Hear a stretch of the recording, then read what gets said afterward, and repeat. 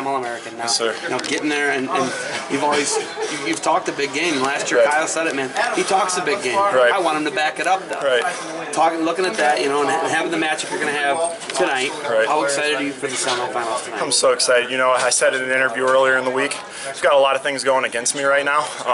To be completely honest, and I'm transparent, I always keep it real. I've had a Crohn's flare-up for about the last week. I was about 226, waiting this morning about 212. So, you know, you could look at that as, oh man, that's an excuse, that's an easy way out. I look at it as I'm 14 minutes away from immortality. If I win this weight with the guys that are in it, especially weighing 212 with a Crohn's flare-up, my name will never die. You'll tell your grandkids about me, and Ferd will tell his grandkids about me too. So. And just talk about a little bit of the action from the quarterfinal match with Mita.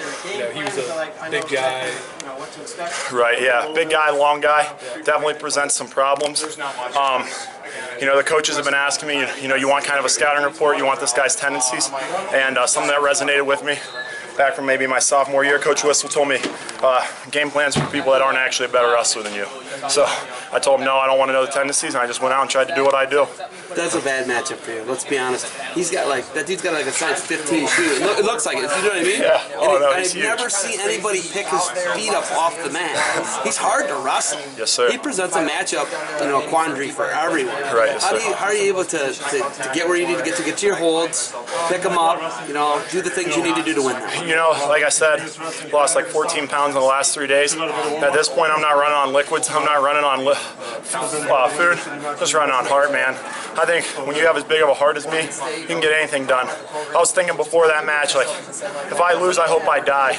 Because that honestly would hurt me a lot less than having to see my friends and family and everybody here that's supporting me after I don't get this goal. It would hurt a lot less.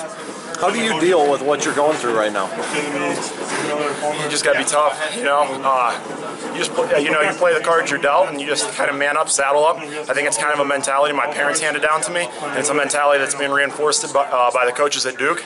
We got the best coaches in the nation, man, you know, and I think if you're one of those programs right now that have been perpetually at the bottom of the Big Ten or wherever it may be, you probably fire your coach on Saturday of this year, you call Ben Whistle on Sunday and you give him that head job. Ben Whistle's an amazing coach, man.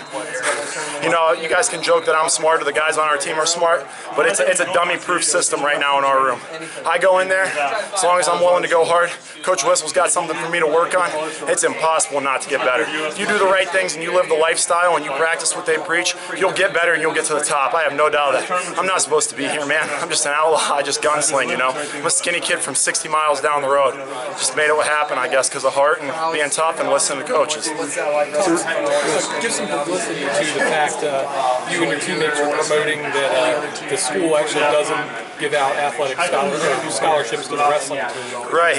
You know, it's frustrating to be matched up against some of these schools. You know, you were looking at potentially stolen eyes, the 4 and 5 seed. It didn't work out that way, but you look at all of our budget that comes from Duke Athletics, and it's 5% of what Iowa operates on a year. 5%. What the wrestling team operates on. On what the wrestling team operates on. And we have 5 guys here on 5% of what their budget is. That's just not right, you know. I'm a man. I knew what I signed up for when I went in. I'm not worried about my student loans. You know, all I've ever known how to do is work hard and hustle. I'll get out of student loan debt. I'm not worried about that. But I don't think kids coming into Duke in the future should have to worry about that. I've created a platform with the work that I put in and the kind of model student athlete I've been. And I wanted to use it. So I approached those guys, the 4 Fine Silvers, and I told them, look, this is my idea. I want to wear a shirt that says Get Duke Wrestling scholarships. I'm on my way out. They can't do too much to me. So I hope I can leave this place better than what I found it. Again, something that kind of my coaches and parents taught me. And I said, you guys don't have to do it. I understand you got to come back and wrestle these next couple years. And props to them, man. Props to Zach, Mitch, especially to Matt and Josh, who've got another 3 years there to have, you know, the guts to wear that shirt despite having 3 more years with that admin and that athletic department. So, are you riding the Cleveland wave? Tariq Wilson's riding the Cleveland wave. Yeah, Kyle Canal's riding the Cleveland wave. You know, are you riding that Lexington, Cleveland, Ohio, Northern Ohio wave right now? Yeah, you know, kind of like I said, I think some of these external things, you can look at it as one of 2 ways. Either, man, this adds more pressure. My friends, my family, some of the past wrestlers, some of the present Duke wrestlers are here. And, oh, man, that adds a lot of pressure. Or, oh, man, it's going to be sweet when I win. win. And I'm, like I said in an interview yesterday, I'm a dreamer, I'm a believer, and I believe that's just, setting up the perfect scenario to really achieve that immortality that I was talking about. Speak about this matchup with Snyder coming up. Yeah, it's a good match last year. He's tough, and I'm looking forward to it. Get to see what adjustments I made and how much better I got. I can tell you I sat up to about 4 a.m. in the morning Friday night last year. After the semis, I wrote myself a note and I locked it in my phone. And I said, you have 363 days to get 13 points better. You got to cover a 13-point spread in 363 days. Everybody's counting on you to do it, so do it. I know I'm the thoroughbred horse that this program's riding. I know that when I step out on the mat, and I don't have a problem with that. There's nobody else I would want that falling on their shoulders. So I guess we're going to see what those 363 days worth of work did for me. What was on your note? It's a really long note. It says a lot of things. It says everything that people told me I couldn't be growing up. You can't crack the varsity lineup. You can't have a winning record. You can't make it to state. You can't win a state title. You can't wrestle in college. You can't wrestle D1. You can't start. You can't make it to nationals. You can't go to the Olympic trials. You can't All-American. You can't win a national title. I said, you've been doing what they told you couldn't do all along. Quit listening to them and just do it. They don't know what you have. They don't know what you're willing to give. And they don't know what you're willing to sacrifice for it. So quit worrying about what other people say and just do it, because that's what's important.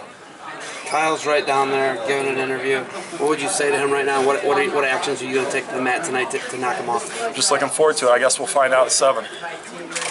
Last thing, what would you say to Triple H, Stephanie McMahon, Jerry Briscoe? What would you say to those guys right now if they're recruiting you, which I know they are? You can see what I can do on the mic. You can see what I can do with my actions. Put the money on the table. Let's get something figured out.